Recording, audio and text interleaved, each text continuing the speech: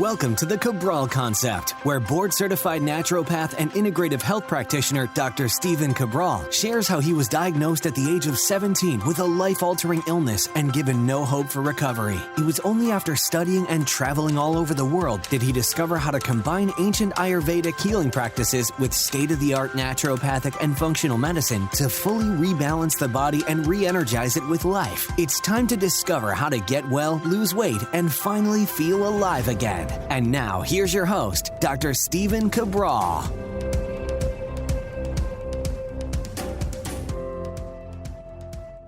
Welcome back, everyone. We're here today with episode 2426 of the Cabral Concept. We're here today with a brand new topic, and this topic is on fecal transplants.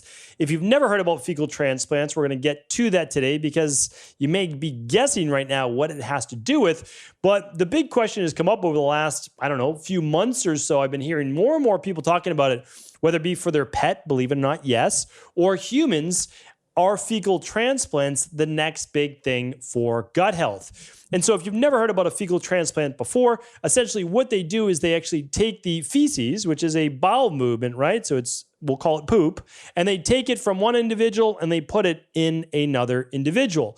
Now, there's multiple ways of doing so. We're not going to get into the how-to today. We're going to get into the why would anyone do this? Well, we have to understand is that the bacteria in our gut. And so let's think about our gut. If you're watching this on video, you can see my buddy Walter here.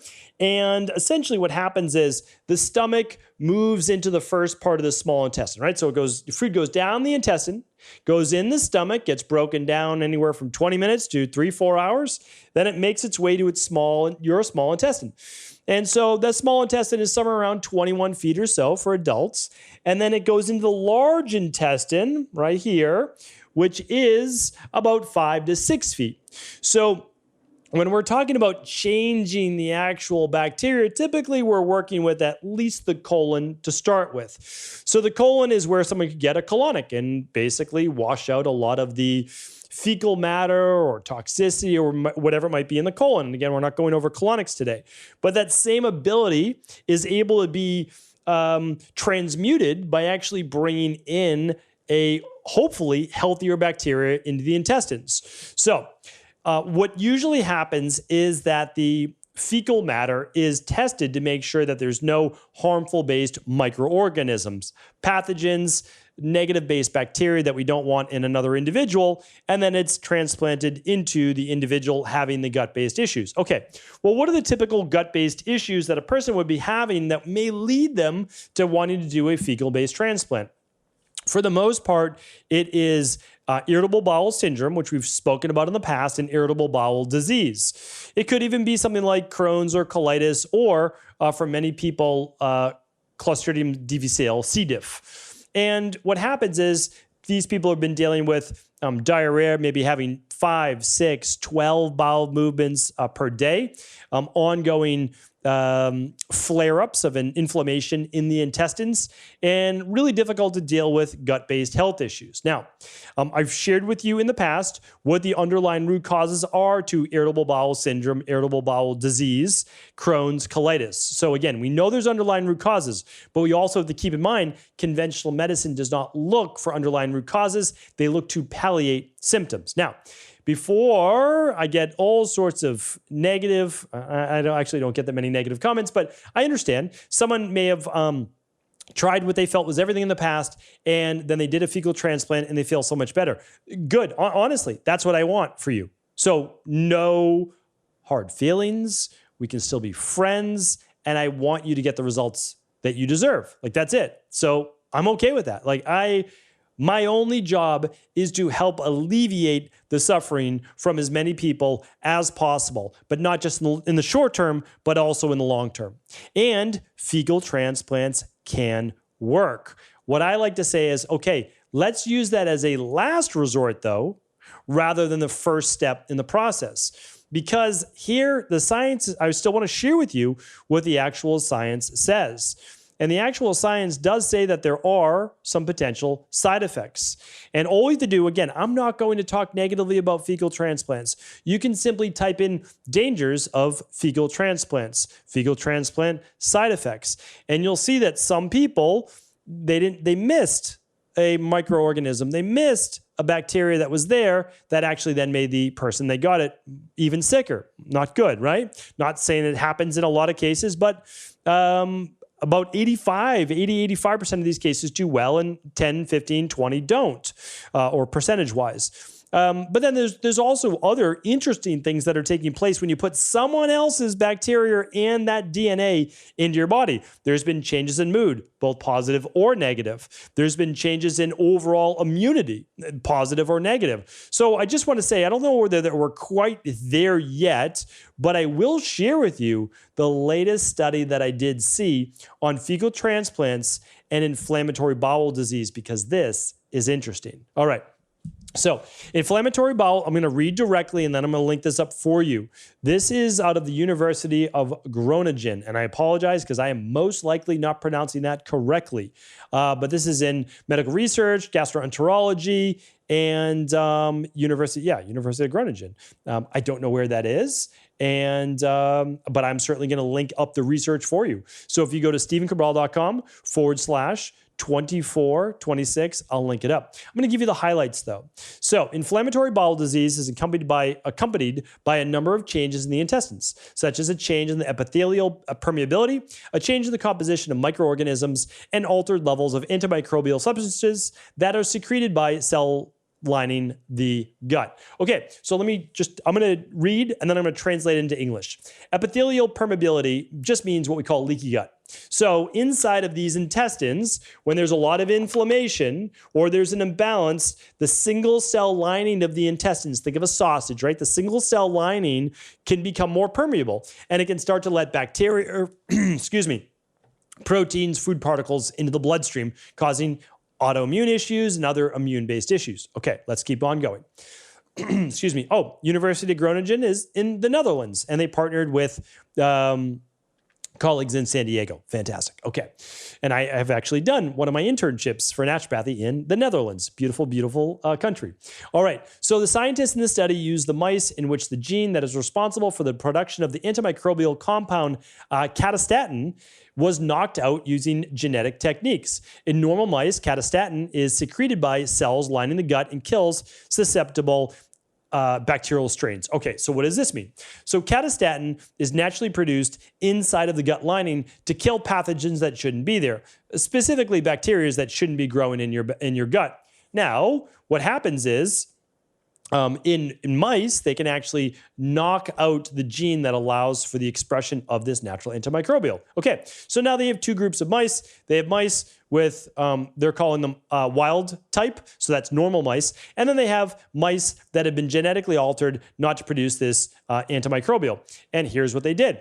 The mice that had the knockout gene for that catastatin, they could see the bacteria begin to overgrow. Not a good thing, right? So what do? Well, they took two groups of mice. And what they did was they gave a laxative to both groups of mice that would remove a lot of the bacteria. Here's a direct quote, and I want you to think about this. We used a laxative rather than antibiotics because these drugs could hamper recolonization after the fecal transplant. Look at that. Conventional medicine knows how detrimental antibiotics are for the immune system, for the digestion. Many people get IBS or IBD or eventual autoimmune issues or candida overgrowth or SIBO from antibiotic use. I mean, I'm telling you right now, I know that sometimes we need antibiotics. They are life-saving in certain conditions. But if it's not life-saving, again, I'm not giving you medical advice.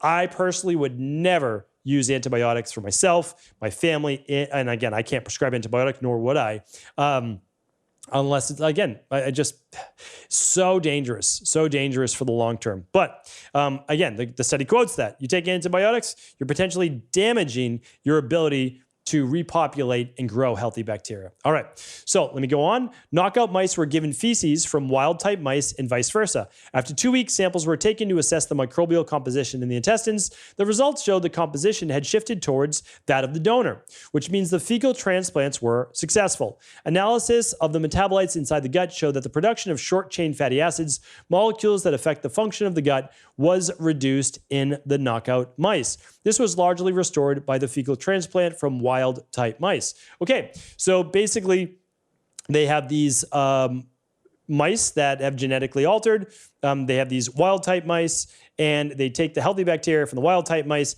and they donate it, because that's the donor, to the knockout mice, the mice without the good healthy bacteria.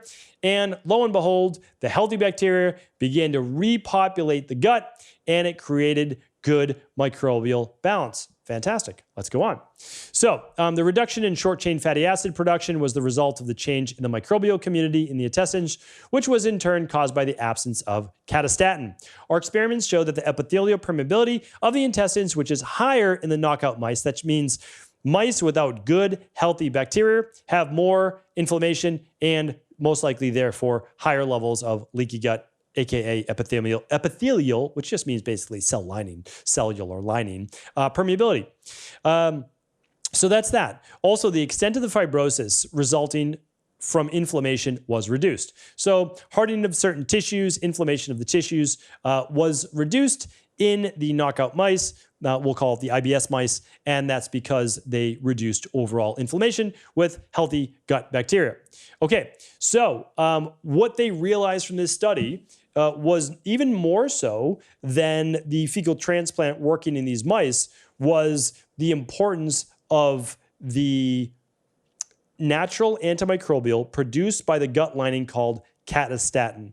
Catastatin is what allows for that bacteria not to build and overgrow. Now, in natural health, we would ask why someone wasn't producing as much catastatin.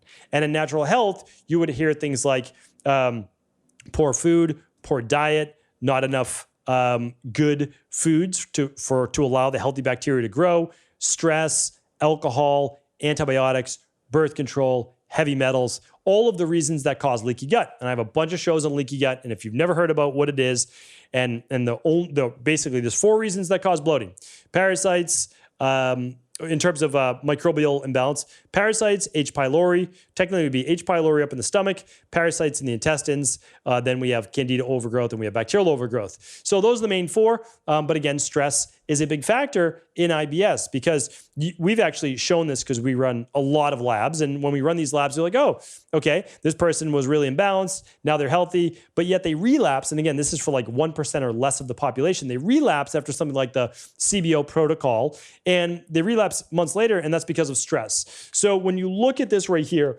this is called the ileocecal valve. It's the ileum, the last part of the small intestine, and it connects to the cecum.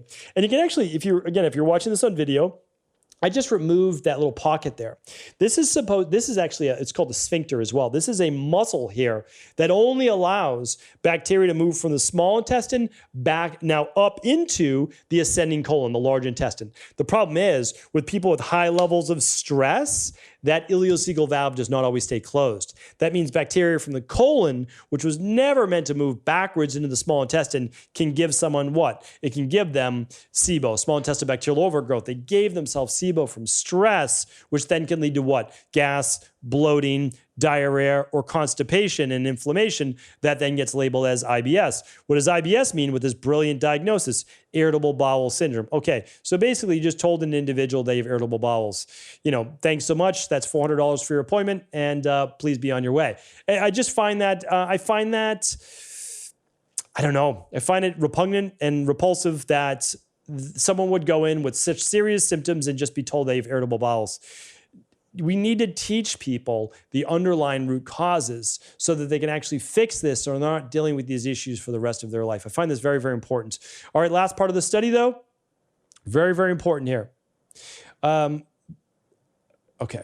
We could link this expression pattern to a number of microbial species, which are therefore candidates for being responsible for the changes. Again, I went through the microbial species that are negative, and then, of course, the positive ones that are in the study are lactobacilli, Lactobacillus acidophilus, and many others. Okay, however, their plan is not to treat patients with fecal transplants. So even after all this study, the prognosis of the study, the conclusion of the study was not to treat patients with fecal transplants.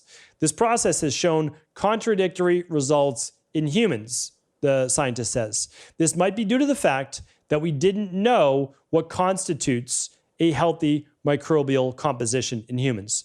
So basically what they're saying is, and so again, this is what's missing in previous attempts to restore a healthy intestinal microbial community. it's what they're saying is that this is still a very young process. That inside, so I'm showing again, if you're watching this on video and if you're a YouTube watcher, we would love you to subscribe. New videos come out every single day. We'd love to be able to continue this conversation every single day. But your body has somewhere around 30 to 40 trillion cells. Okay, so I believe I spoke about this just yesterday, how amazing the human body is. It basically regenerates 30 trillion cells every 100 days. It's remarkable. So, okay, you're made up of about 30, 40 trillion cells. Let's give or take a trillion, all right? But inside of your intestines, there's over 100 trillion bacteria. So to say that we are in the infancy in our knowledge of how our gut microbiome works, I think is fair.